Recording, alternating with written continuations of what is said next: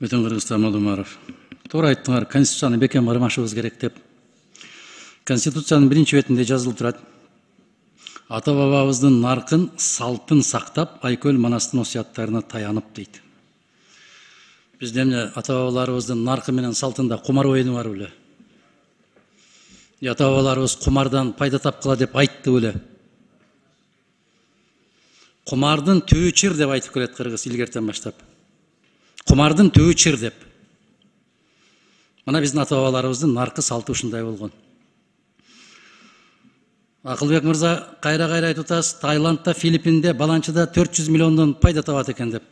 Ошол пайда таап аткан мамлекеттерди жараткан тарабынан жазалап миллиарддаган долларга чыгашага келтирип атат. Суу басып атат. Жер титиреп жок кылып атат баарын. Ошондой болгон арамдык бар жерде эч качан береке болбойт. Алардын тапкан акчасын эсептебеңиз.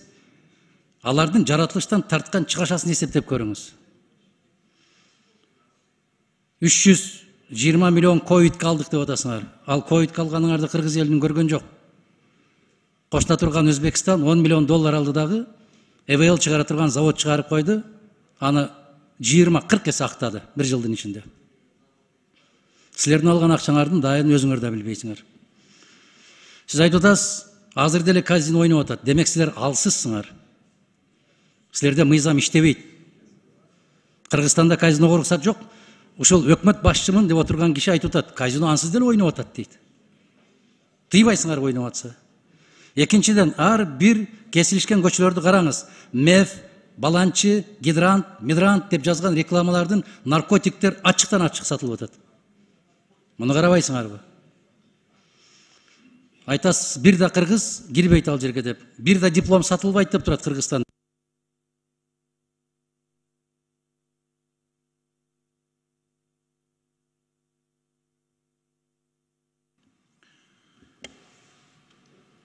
Ата бабалар Кыргызстан өлкөсү болуп калса, ошону каректей сактагыла деген да. Анан ошо Кыргызстандын ичинде жашап аткан кыргыздын жарандарын кор кылбай, бөлөк жака тентитпей, колуңардан келсе Кыргызстанда жакшынакай кылып жашаткыла деген. Ошон үчүн экономиканы оңдойбуз деп жанталашып иштеп атабыз.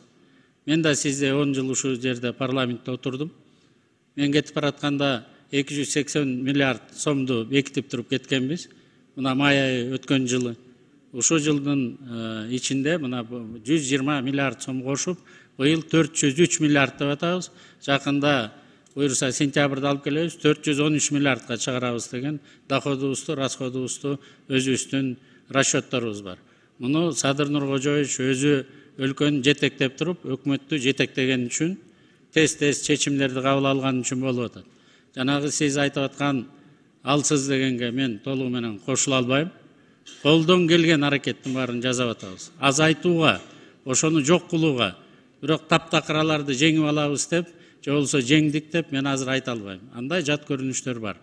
Ал эми Алла Таалам жаратылышта жараткан өзү билет эми. Кимди кандай кылып жазалайт, кайсы өлкөгө кандай эмнени берет, ал жерге кийлигишпей эле койсок деген өтүнүч бар эле да. Рахмат.